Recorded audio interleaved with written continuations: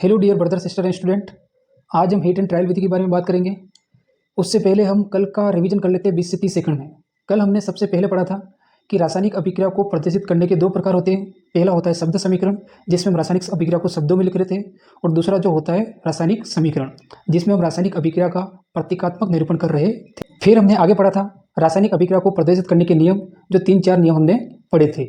आज हम बात करेंगे कि रासायनिक समीकरण कितने प्रकार का होता है। तो रासायनिक समीकरण दो प्रकार का होता है। पहला जो होता है कंकाली रासायनिक समीकरण होता है, और दूसरा जो होता है संतुलित रासायनिक समीकरण होता है। कंकाली रासायनिक समीकरण जो होता है उसकी परिभाषा, असंतुलित रासायनिक समीकरण को कंकाली रासायनिक समीकरण कहते हैं। अब संतुलित और असंतुलित क्या होता है, यह आपको अगले 2 से 3 मिनट में समझ में आ जाएगा। अब बात कर लेते हैं हम संतुलित रासायनिक समीकरण की, जो दूसरा प्रकार है रासायनिक समीकरण का। संतुलित रासायनिक समीकरण जो होता है उसकी परिभाषा कुछ इस प्रकार की है। किसी रासायनिक अभिक्रिया के अभिकारक के तत्वों का कुल द्रव्यमान तथा उत्पाद के तत्वों का कुल द्रव्यमान बराबर हो तो उसे संतुलित रासायनिक समीकरण कहते हैं। अभिकारक का जो टोटल द्रव्यमान है वो बराबर होना चाहिए उत्पाद के टोटल द्रव्यमान के। एक उदाहरण लेते हैं हम और फिर समझने की कोशिश करते हैं कि संतुलित और असंतुलित रासायनिक समीकरण क्या होता है। संतुलित और असंतुलित रासायनिक अभिक्रिया के बारे में बात करने से पहले हम कक्षा 9 के कुछ बिंदुओं को रिवाइज कर लेते हैं। तत्व क्या होता है? पदार्थ का सबसे शुद्धतम रूप तत्व कहलाता है। यह हाइड्रोजन है, हाइड्रोजन का तत्व है। ये ऑक्सीजन का तत्व है, ये नाइट्रोजन का तत्व है। तो नाइट्रोजन का जो सबसे शुद्धतम रूप है उसको क्या कहते हैं? हम तत्व कहते हैं। परमाणु क्या होता है? पदार्थ को जब छोटे भागों में बांटा जाता है तो एक ऐसी अवस्था आती है कि उसको और अधिक भागों में बांटा नहीं जा सकता। अगर हम इसके दूसरे शब्दों में बात करें तो पदार्थ का सबसे छोटा कण क्या कहलाता है? परमाणु कहलाता है। परमाणु की जो संख्या होती है वो हम यहाँ पर लिखकर दर्शाते हैं। एक परमाणु है तो यहाँ पर 1 लिखेंगे। हाइड्रोजन के 2 परमाणु हैं तो हम यहाँ पर 2 लिखेंगे। हाइड्रोजन के 3 परमाणु हैं तो हम यहाँ पर 3 लिखेंगे। हाइड्रोजन के 5 परमाणु हैं तो हम यहाँ पर 5 लिखेंगे। ऑक्सीजन के 8 परमाणु हैं तो हम ऑक्सीजन के यहाँ पर कितना लिखेंगे? 8। तो यहाँ पे जो लिखी हुई संख्या होती है वो किसको दर्शाती है? परमाणु को। अब परमाणु की संख्या जो है वो 1 से ज़्यादा हो जाती है। अगर मैंने यहाँ पे लिखा है 2, हाइड्रोजन के कितने परमाणु? 2। ये दर्शा रहा है हाइड्रोजन के परमाणु कितने? 2। और इस पूरे को हम क्या कहते हैं? अणु। 2 या 2 से अधिक परमाणु मिलकर क्या बनाते हैं? अणु। एक हाइड्रोजन का परमाणु, दूसरा हाइड्रोजन का परमाणु जब ये आपस में मिल जाएंगे तो कितने बन जाएंगे? 2। और इसको क्या कहते हैं हम? अणु। तो ये क्या है? अणु। अब यौगिक की बात करते हैं। यौगिक क्या होता है? यौगिक क्या होता है? जब 2 या 2 से अधिक तत्वों को एक निश्चित अनुपात में मिलाया जाता है तो उसे यौगिक कहते हैं। एक हाइड्रोजन का तत्व लेते हैं हम और एक ऑक्सीजन का तत्व लेते हैं। इसको एक निश्चित अनुपात में इसकी संख्या क्या लेनी है? फिक्स रखनी है। तो हाइड्रोजन की संख्या हमने कितनी ली? 2। ऑक्सीजन की संख्या कितनी ली? 1। तो इससे जो बनेगा उसको हम क्या कहेंगे? यौगिक। तो अब इस पूरे चारों को मैं एक साथ में आपको समझाने की कोशिश करूंगा। ये क्या है? हाइड्रोजन का तत्व। यहाँ पे जो संख्या लिखी वो क्या है? परमाणु की संख्या। हाइड्रोजन के परमाणु की संख्या कितनी है? 2। तो जब इसके परमाणु की संख्या 1 से ज़्यादा होगी इसको क्या कहेंगे? अणु कहेंगे। तब ये हाइड्रोजन का पूरा क्या बन गया? अणु बन गया। अब ये जो हाइड्रोजन का अणु है वो दूसरे तत्व के साथ मिल जाएगा तो ये क्या बन जाएगा? यौगिक बन जाएगा। यहाँ पर कार्बन जो है ऑक्सीजन के साथ अभिक्रिया कर रहा है और कार्बन डाइऑक्साइड बना रहा है। अब हम जो बात कर रहे थे संतुलित समीकरण किसे कहते हैं और असंतुलित समीकरण किसे कहते हैं। ये जो समीकरण है इसको चेक करते हैं हम, संतुलित है या फिर असंतुलित। यहाँ पे कार्बन की संख्या कितनी है? 1। कुछ नहीं दे रखा, इसका मतलब कितना है? 1। गणित पढ़ते हैं हम। 5 के गुणे में कोई संख्या नहीं दे रखी है, इसका मतलब कितना है? 1। क्योंकि 5 का गुणा 1 से करते कितना होता है? 5। 4 के गुणे में कोई संख्या नहीं है, इसका मतलब हम कितना मानेंगे? 1, क्योंकि उसका उससे गुणा कराने से कोई फर्क नहीं पड़ता है। तो कार्बन की यहाँ पे जो संख्या है वो कितनी है? 1। तो कार्बन का परमाणु कितना है? 1। ऑक्सीजन का परमाणु कितना है? 2। अब हम देखते हैं कि अभिक्रिया होने के बाद कार्बन की संख्या कितनी है? कार्बन की संख्या कितनी है? 1। ऑक्सीजन की संख्या कितनी है? 2। अभिक्रिया से पहले कितनी थी? ऑक्सीजन की संख्या 2। अभी कितनी ऑक्सीजन की संख्या? 2। ऑक्सीजन दोनों तरफ से बराबर है। कार्बन यहाँ पर 1 है, यहाँ पर भी 1 है, यहाँ पर भी दोनों तरफ से बराबर है। तो इस प्रकार की जो अभिक्रिया होती है उसको कहते हैं हम संतुलित। क्या कहते हैं? संतुलित रासायनिक अभिक्रिया। संतुलित रासायनिक अभिक्रिया। असंतुलित रासायनिक अभिक्रिया का एक उदाहरण लेते हैं हम। H2 + O2 क्या बनाएगा? H2O। यहाँ पे हाइड्रोजन के परमाणु की संख्या कितनी है? 2। यहाँ पे ऑक्सीजन के परमाणु की संख्या कितनी है? 2। यहाँ पे हाइड्रोजन के परमाणु की संख्या कितनी है? 2। यहाँ पे ऑक्सीजन के परमाणु की संख्या कितनी है? 1। कुछ नहीं, इसका मतलब कितना मानना है हमको? 1। हाइड्रोजन के 2 परमाणु, हाइड्रोजन के 2 परमाणु मैच हो रहे हैं, बराबर है। ऑक्सीजन के 2 परमाणु, ऑक्सीजन का 1 परमाणु। अब ये जो अभिक्रिया है वो असंतुलित अभिक्रिया है, क्योंकि यहाँ पे ऑक्सीजन के परमाणु की संख्या कितनी है? 2। और यहाँ पे ऑक्सीजन के परमाणु की संख्या कितनी है? 1। तो इस प्रकार की जो अभिक्रिया होती है उसको हम कहते हैं असंतुलित रासायनिक अभिक्रिया। और असंतुलित रासायनिक अभिक्रिया जो होती है उसे हम कहते हैं कंकाली समीकरण। ये जो समीकरण है वो कैसा समीकरण है?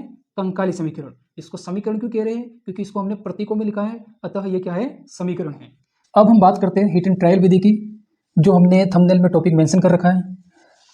हीट एंड ट्रायल विधि जो है आई है द्रव्यमान संरक्षण के नियम पर। अगर द्रव्यमान संरक्षण का नियम नहीं होता तो हीट एंड ट्रायल विधि भी नहीं होती। तो हमको पहले पढ़ना है द्रव्यमान संरक्षण का नियम। द्रव्यमान संरक्षण का नियम क्या होता है कि किसी रासायनिक अभिक्रिया के दौरान द्रव्यमान का न तो सृजन किया जा सकता है, न ही उसका विनाश किया जा सकता है, तथा संपूर्ण निकाय का द्रव्यमान संरक्षित रहता है। किसी रासायनिक अभिक्रिया के दौरान द्रव्यमान का न तो सृजन किया जा सकता है, न ही उसका विनाश किया जा सकता है, तथा एक बंद निकाय का संपूर्ण द्रव्यमान संरक्षित रहता है।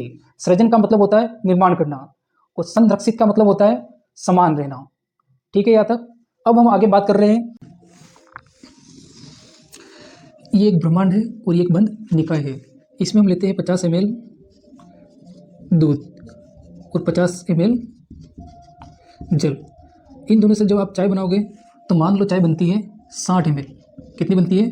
60 ml। अब जो 40 ml है वो वाष्प बनकर कहाँ जाएगा? पर्यावरण में। तो द्रव्यमान संरक्षण का नियम यही कहता है कि अभिक्रिया होने के पहले का द्रव्यमान और अभिक्रिया होने के बाद का द्रव्यमान क्या रहता है? बराबर रहता है। तो अभिक्रिया होने का पहले का द्रव्यमान कितना था? 50 और 50 100। तो अभिक्रिया होने के बाद का द्रव्यमान कितना है?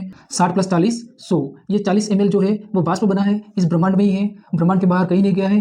तो अभिक्रिया के पहले का द्रव्यमान और अभिक्रिया के बाद का द्रव्यमान क्या रहता है? बराबर रहता है, अतः द्रव्यमान सुरक्षित रहता है।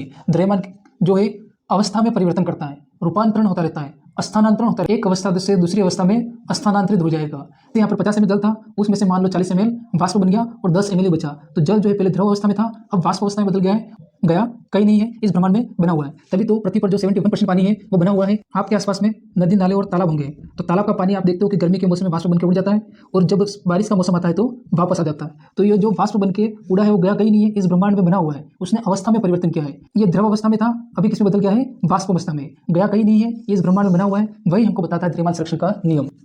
मान लो मैं आपको एक दूसरे उदाहरण से समझाने की कोशिश करूं तो ये एक मार्केट है जिसमें आप रहते हैं, इसके अलावा कोई दुनिया है ही नहीं। ये जो बंद कर रखा है वही आपकी दुनिया है। आप एक स्टूडेंट हैं और आप टीचर के पास ट्यूशन जाते हैं। आपके पिताजी व्यापारी हैं, आप किसके पास ट्यूशन जा रहे हैं? टीचर के पास। और टीचर आपसे लेता है 200 रुपया। टीचर को किसी काम की जरूरत पड़ी तो मजदूर बुलाता है और मजदूर उसके पास उस काम के कितने लेता है? 200 रुपया। अब मजदूर जो है डेयरी जाता है और डेयरी से 100 रुपये का सामान लेता है, और डेयरी वाला जो है दुकानदार के पास जाता है और दुकानदार से 100 रुपये का कुछ, और डेयरी वाला दुकानदार के पास जाता है और 100 रुपये का अपने बच्चों के लिए कपड़े खरीद लेता है। तो अब इस पूरे बंद निकाय में टोटल रुपये कितने थे? 200 रुपये। अब ये 200 रुपये क्या हो रहे हैं? एक दूसरे में क्या हो रहे हैं? स्थानांतरित हो रहे हैं। अभी इसके पास 200 थे, अब कितना है? 0। अगर इसके पास 0 हो गया इसका मतलब ये नहीं है कि यहाँ का जो टोटल 200 रुपया था वो है ही नहीं। इसके पास 200 रुपया था, वो किसके पास है? इसके पास है। और इसके पास जो 200 रुपया था अब किसके पास है? इसके पास है। और इसके पास जो 200 रुपया था उसमें से इसने अगर 100 रुपये खर्च कर दिए तो इसके पास पड़े और 100 किसके पास पड़े? इसके पास। तो अब टोटल जो है इस बंद मार्केट की वैल्यू जो है कितनी है? 200 रुपया। ये 200 रुपये एक दूसरे से क्या उतरेंगे? स्थानांतरित। वैसे संपूर्ण ब्रह्मांड का जो द्रव्यमान है वो एक रूप से दूसरे रूप में स्थानांतरित होता रहता है। इसको न तो हम बढ़ा सकते हैं न ही इसको कम कर सकते हैं। तो द्रव्यमान संरक्षण का नियम यही था कि हम हीट एंड ट्रायल विधि का उपयोग करते हैं, जिसमें अभिकारक का द्रव्यमान उत्पाद के द्रव्यमान के बराबर करवाया जाता है। जैसे C+O2 एक उदाहरण लेते हैं हम और यहाँ पे लिख दिया CO2। और प्रत्येक तत्व का क्या होता है? द्रव्यमान होता है। कार्बन का द्रव्यमान कितना होता है? 12। ऑक्सीजन का कितना होता है? 16। एक ऑक्सीजन का 16, दो का कितना हो गया? 32। 32 में 12 जोड़ा कितना हो गया? 44। यहाँ का टोटल अभिक्रिया होने से पहले द्रव्यमान कितना था? 44। अब अभिक्रिया होने के बाद का द्रव्यमान देखेंगे हम। कार्बन का द्रव्यमान कितना होता है? एक कार्बन का 12। ऑक्सीजन कितने हैं? 2। तो 2 ऑक्सीजन है, तो एक ऑक्सीजन का होता है 16, 2 ऑक्सीजन का कितना हो जाएगा? 16 दूनी 32, तो 32। 32 और 12 कितना हो गया? 44। तो अभिक्रिया से पहले भी द्रव्यमान 44 था और अभिक्रिया के बाद भी द्रव्यमान कितना होना चाहिए? 44। और हमने इससे पहले एक असंतुलित अभिक्रिया देखी थी जो थी H2+O2। इससे हमको क्या मिल रहा था? H2O। तो ये जो अभिक्रिया है इसमें यहाँ पे हाइड्रोजन की संख्या 2 है, यहाँ पे हाइड्रोजन की संख्या 2 है, यहाँ पे ऑक्सीजन की संख्या 2 है, यहाँ पे ऑक्सीजन की संख्या 1 है। तो इसको संतुलित करने के लिए यहाँ का द्रव्यमान ज्यादा है, यहाँ का द्रव्यमान कम है। तो द्रव्यमान संरक्षण का नियम कहता है कि अभिक्रिया से पहले जितना द्रव्यमान था अभिक्रिया के बाद भी उतना द्रव्यमान होता है। तो हम क्या करेंगे? यहाँ पे ऑक्सीजन की संख्या 2 है तो यहाँ पे भी ऑक्सीजन की संख्या क्या करेंगे? 2। लेकिन उसके लिए कुछ नियम होते हैं, वो हम हीट एंड ट्रायल विधि के माध्यम से समझेंगे।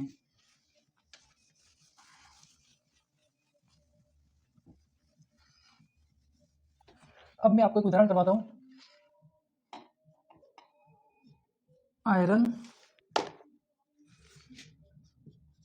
आयरन प्लस H2O मिलकर बनाता है Fe3O4 प्लस H2 गैस। पहला जो स्टेप है हमारा, उसमें हमको क्या करना है कि ब्रैकेट बना देने हैं। इसके अंदर लिख दिया हमने Fe, यहाँ पर ब्रैकेट बना दिया H2O। अभिक्रिया के पहले के जो तत्व या यौगिक होते हैं उनको अभिकारक कहते हैं, और अभिक्रिया के बाद के जो यौगिक या तत्व या फिर परमाणु और जो भी होते हैं उनको क्या कहेंगे, हम उत्पाद कहेंगे। तो इसको हम लिख देते हैं Fe3O4 प्लस H2। पहला काम क्या करना है, ब्रैकेट बनाना है, और ब्रैकेट जो बना है उसके अंदर बिल्कुल भी चेंज नहीं करना है। जो भी चेंज करेंगे हम ब्रैकेट के बाहर करेंगे, ब्रैकेट के अंदर हमको चेंज नहीं करना है। फर्स्ट नियम हमको ध्यान रखना है कि हमको ब्रैकेट बनाना है और ब्रैकेट के अंदर चेंज नहीं करना है। यहाँ पे जो हम चेंज करेंगे उसको हम कहते हैं गुणांक। उसको क्या कहते हैं, गुणांक। तो हम इसके गुणांक में चेंज कर सकते हैं। यहाँ पे जो परमाणु की संख्या होती है उस परमाणु की संख्या में चेंज नहीं कर सकते। तो स्टेप 2 जो है, स्टेप 2 में हमको लिखना है कि हमारे पास टोटल तत्व कितने हैं, और अभिकारक जो है, अभिकारक में तत्वों के परमाणु की संख्या, तत्वों के परमाणु की संख्या। और यहाँ पे लिखेंगे हम उत्पाद में तत्वों के परमाणु की संख्या, तत्वों के परमाणु की संख्या। हमारे पास कौन कौन से तत्व है, एक तो हमारे पास है Fe आयरन, दूसरा क्या है हाइड्रोजन, तीसरा क्या है ऑक्सीजन। ये जो है दोनों क्या है, आयरन और H2O क्या है, अभिकारक है। तो Fe की संख्या कितनी है, कुछ नहीं, इसका मतलब कितना मानते हैं, एक। तो कितने परमाणु है Fe के, एक परमाणु। हाइड्रोजन के कितने परमाणु हैं, दो परमाणु। ऑक्सीजन के कितने परमाणु हैं, एक परमाणु। अब उत्पाद की बात करते हैं। यहाँ पे Fe जो है उसमें परमाणु की संख्या कितनी है, आयरन की 3। तो Fe के सामने हम लिख देंगे कितने हैं, 3। ऑक्सीजन जो है उसके परमाणु की संख्या कितनी है, 4। तो ऑक्सीजन के परमाणु की संख्या कितनी है, 4। हाइड्रोजन के परमाणु की संख्या कितनी है, 2। तो पहला काम क्या करना है हमको, सेकंड स्टेप में एक बॉक्स बनाना है, और उस बॉक्स में तत्वों के परमाणु की संख्या लिखनी है कि अभिकारक में तत्वों के परमाणु की संख्या कितनी है और उत्पाद में तत्वों के परमाणु की संख्या कितनी है। क्योंकि अगर हम तत्वों के परमाणु की संख्या को बैलेंस कर देंगे तो संपूर्ण अभिक्रिया जो है स्वतः ही बैलेंस हो जाएगी। अगर एक Fe का को छोड़ के आप ये मान लो ये पेन है, ये पेंसिल है, Fe को छोड़ के आप ये मान लो ये पेन है, ये पेंसिल है और ये रबर है, ठीक है यहाँ तक। अब इनकी प्राइस अलग अलग है, कितनी प्राइस है उस पर हमें ध्यान नहीं देना है। अब पेन की संख्या कितनी है, एक। तो अगर यहाँ पर 3 है तो यहाँ पर भी हम 3 कर देंगे तो प्राइस तो वैसे बराबर हो जाएगी। यहाँ पे हाइड्रोजन की संख्या कितनी है, इसको हमने माना पेंसिल, तो पेंसिल की संख्या कितनी है, 2। यहाँ पे कितनी है, 2। अगर इन दोनों को हम बैलेंस कर दे, पहले से बैलेंस है तो मतलब ये दोनों का द्रव्यमान क्या है, बराबर है, दोनों का प्राइस क्या है, बराबर है। यहाँ पे ऑक्सीजन की संख्या कितनी है, 1। यहाँ पे कितनी है, 4। तो अब अगर हम यहाँ पे पेन, पेंसिल और रबर, रबर की संख्या 4 कर दे तो एक रबर का 10 रुपया था, 20 रुपया था, 40 रुपया था, 50 रुपया था, 100 रुपया था, जो भी उसका मूल्य होगा। लेकिन जब उसकी संख्या हम बराबर कर देंगे तो मूल्य तो स्वतः ही बराबर हो जाना है। तो हम क्या करते हैं, तत्वों की परमाणु संख्या बराबर कर देते हैं, तो उसका जो द्रव्यमान होगा वो स्वतः ही क्या हो जाएगा, बराबर। जैसे सबका अलग अलग भार होता है वैसे ही तत्वों का क्या होता है, अलग अलग द्रव्यमान होता है। स्टेप थर्ड, स्टेप थर्ड में क्या करना है, सबसे ज्यादा असंतुलित तत्व देखना है। 1, 3, यहाँ पर 2, यहाँ पर 2, 1 और 4। सबसे ज्यादा असंतुलित हमको क्या नजर आ रहा है, ऑक्सीजन। तो हम क्या लिखेंगे, Fe, और क्या बना देंगे, बॉक्स। इसके अंदर कोई चेंज नहीं करना है, प्लस का प्लस। H2O लिखा, इसके अंदर कोई चेंज नहीं करना है। Fe3O4, इसके अंदर कोई चेंज नहीं करना है, प्लस H2, इसके अंदर कोई चेंज नहीं करना है। ब्लैक पेन खत्म हो गया, वरना मैं आपको ये रेड बाउंड्री बना के बताता कि रेड जोन है और इसके अंदर अपन को नहीं जाना पेन। अब हम किसकी बात कर रहे हैं, ऑक्सीजन की। यहाँ पे ऑक्सीजन की संख्या कितनी है, 1। यहाँ पे ऑक्सीजन की संख्या कितनी है, 4। अगर हम इसके अंदर चेंज नहीं कर सकते तो इसके बाहर तो कर सकते हैं। तो ये संख्या तो स्वतः पहले से ही बड़ी है, 4। तो हमको चेंज क्या करना होगा, इस वाले में अभिकारक में चेंज करना है। यहाँ पर कितना ऑक्सीजन है, 1 ऑक्सीजन, तो यहाँ पे कितना लिखूंगा मैं, 4। तो अब ऑक्सीजन की संख्या कितनी होगी, अगर आप गणित पढ़ते हो तो आपको पता है कि कोष्टक के बाहर जो संख्या होती है उसका गुणा बारी बारी से होता है। तो 4 का गुणा 2 से किया 8 हुआ, हाइड्रोजन कितने हो गए, 8। 4 का गुणा 1 से किया तो 4, ऑक्सीजन कितने हैं, 4। यहाँ तक समझ में आ गया। तो यहाँ पे कितने ऑक्सीजन हो गए, 4 ऑक्सीजन। यहाँ पे कितने ऑक्सीजन हो गए, 4 ऑक्सीजन। अब हमने ऑक्सीजन को बैलेंस करने के लिए इस पूरे का गुणा 4 से करा दिया, तो उसके साथ में कहीं ना कहीं हाइड्रोजन डिसबैलेंस हो गया। पहले हाइड्रोजन की संख्या कितनी थी, 2, और यहाँ पर भी हाइड्रोजन की संख्या कितनी थी, 2। लेकिन जब हमने यहाँ पर 4 का गुणा करा दिया तो अब क्या हो गया, हाइड्रोजन की संख्या 4 का गुणा 2 से करा दिया, कितना हो गया, 8। अब ये 8 बड़ा है तो अब छोटे वाले को बैलेंस करेंगे हम, किसको, इसको। कैसे बैलेंस करेंगे, तो स्टेप 4 लिखते हैं हम, Fe प्लस, इसके अंदर कोई चेंज नहीं, 4H2O,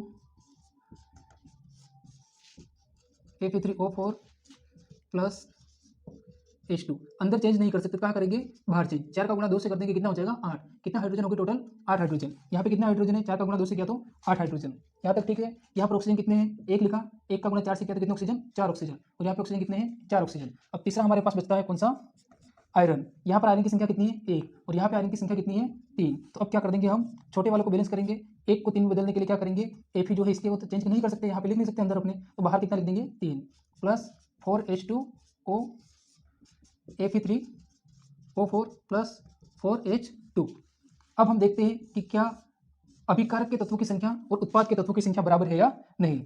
कितने Fe है, 3 Fe। अगर हम यहाँ पे 1 मान ले, 1 का गुणा 3 से किया, कितने Fe हमारे पास, कितना आयरन है, 3 आयरन। यहाँ पे कितना आयरन है, 3। आयरन बैलेंस है। यहाँ पे हाइड्रोजन की संख्या कितनी है 2, यहाँ पे कितना है 4, 4 का गुणा 2 से किया टोटल कितने 8 हाइड्रोजन। यहाँ पे हाइड्रोजन कितने हैं तो 4 का गुणा 2 से किया कितने हाइड्रोजन हो गए 8 हाइड्रोजन। तो यहाँ पर भी 8 हाइड्रोजन है और अभिकारक में भी 8 हाइड्रोजन है। अब बात करते हैं ऑक्सीजन की। 4 का गुणा 1 से किया, 4 का गुणा 1 से किया तो 4 एकम 4, कितने ऑक्सीजन 4 ऑक्सीजन। यहाँ पे कितने ऑक्सीजन 4 ऑक्सीजन। ये अभिक्रिया क्या है बैलेंस है। अब मान लो हम Fe जो है उसको मान लेते हैं इसका द्रव्यमान 5 था, ऑक्सीजन का मान लेते हैं 10 था और हाइड्रोजन का मान लेते हैं 20 था। होता नहीं ये मान रहे हैं।